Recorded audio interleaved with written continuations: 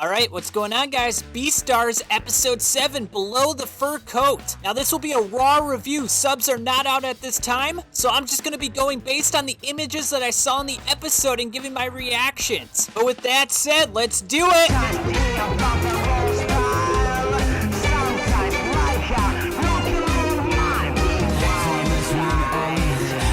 So I gotta say, Episode 7 begins a bit cryptically. There's something going on with this chicken girl here. She goes to the store, she's acting kind of weird. Legosi's got eggs in his backpack. I'm not really sure what's going on. I don't know if she's aware that he has the eggs and she feels offended by the situation. I'm just not really sure what's going on. So I'll have to wait till my sub review tomorrow to explain that in further detail. But what happens later in the episode is very interesting. It makes the episode very good. We see a situation in which Haru and Lewis are in bed together. Now, Haru is having some sort of a dream where she's going through some water and she looks very distressed, and she's grabbing onto Lewis's antlers. And she even has this fantasy, or I don't even know if you'd call it fantasy, but this imagination where Lewis cut off his antlers, and it almost looks like she's taking care of him and she's in control of the situation. He looks very placid and very agreeable, as opposed to his very domineering, confident self. So I believe Haru wants to be in a relationship with Lewis. She probably sees him as someone who has a very good mindset, but she doesn't like the fact that he's sort of taking control of the relationship and she's sort of passive and has to do what he says. So that's sort of an interesting dynamic. She wants to love him,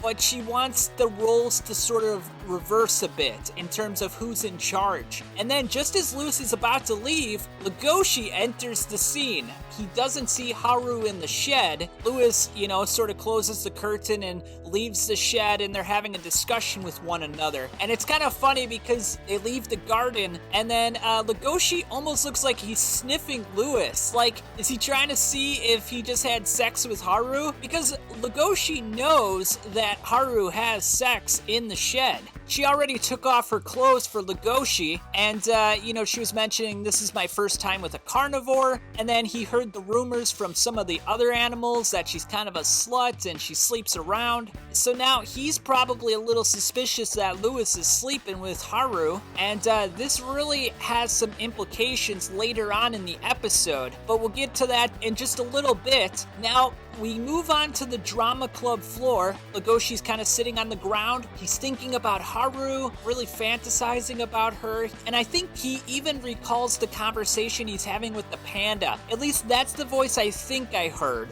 I'm not sure what the panda says, but I think he's still trying to distinguish between whether or not he wants to eat her or whether or not he's falling in love with her and he wants to have a relationship. But then, right as he's putting his hands up in the air, Juno enters the scene. That's the little wolf girl that Legosi saved in the previous episode. And she looks like she's practicing for some sort of a drama performance. And Legosi decides to show her the moves. Maybe he should show her some other moves as well. But he takes off his little windbreaker, and she sees him in a t-shirt, and he's got some decent muscles, he's got some gains, and she's getting a little turned on, and they have a little dance together. And I called this in the previous episode, I think she's getting a little smitten with Legosi. There's various visual cues in this episode that give off that impression. That being said, it looks like Legosi sort of ruins the mood. He says something that sort of makes her ears go down, and she looks very disappointed. It looks like Legosi's probably putting her in the friend zone, which is definitely not what she wants. We then move on to Jack, one of Legosi's friends. I think I called him Maguno in a previous episode review, so I apologize for that. But Jack is one of Legosi's best friends, and he's got Legosi's nudie mag in his hand when Legosi enters the room. It's actually the nudie mag that Legosi got from the panda, and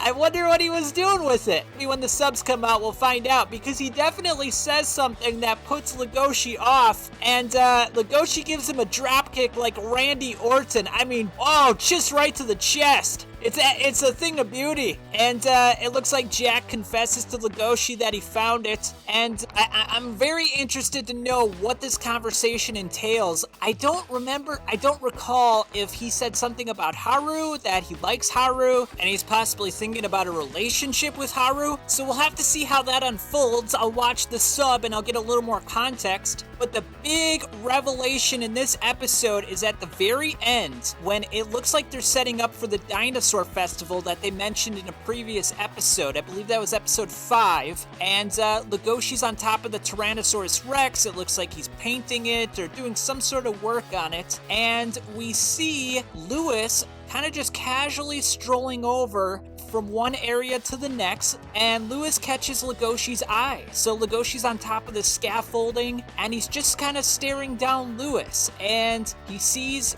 Lewis walk up to Haru, and all of a sudden you see the emotional anguish and frustration building up in Legoshi. He looks very much out of sorts, and Lewis starts patting her on the head, and Haru has a very smitten look on her face. She looks like she's very complicit in what he is doing, and that she's happy with it. And Legoshi, he's absolutely losing it at this point. He's got some paints in his hand, and he just starts squeezing it violently until it explodes. And he gives this look at the end of the episode like he is just emotionally destroyed, like an explosion just happened in his heart. So this is very interesting, because up until now, Lewis and Legoshi's friendship, if you can call it that, it's sort of a weak friendship, strong acquaintanceship, was very mutual. You know, I mean, they didn't see eye to eye on everything, but they didn't do anything directly to hurt each other. But now,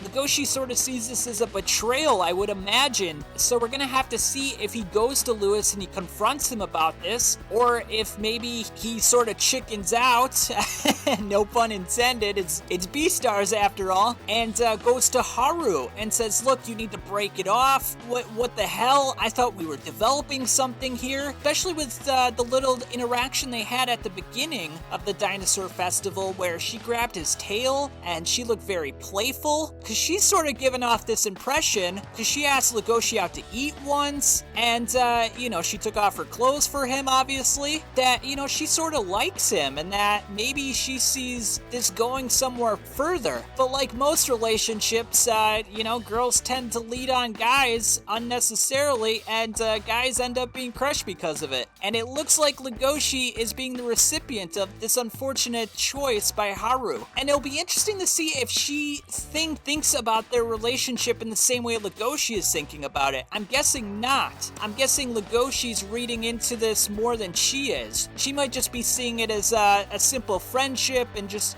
having fun with each other, and you're a carnivore, I'm an herbivore. There's no sort of future in that, whereas Legoshi is really getting attached to her, and he feels betrayed, and he feels like she's going against him. So I would imagine in the preceding episodes, this is going to change the paradigm on a lot of relationships, and we'll just have to see how that all plays out. And gotta say, another great episode, guys. Animation-wise, really no complaints. I think the 3D animation is growing on me at this point. The scene with Juno and Legoshi when they were in the drama club and they were dancing, that was a really nice animated scene with a lot of great visuals and a lot of great still shots. So really nice episode. Great character interactions. We're methodically building up the plot and the characters and exploring them in unique ways and getting a lot of symbolism, especially with Haru's dream. And the animation is really good. So another great episode. No complaints here, and I'll see you next time. Catch you on the flip side.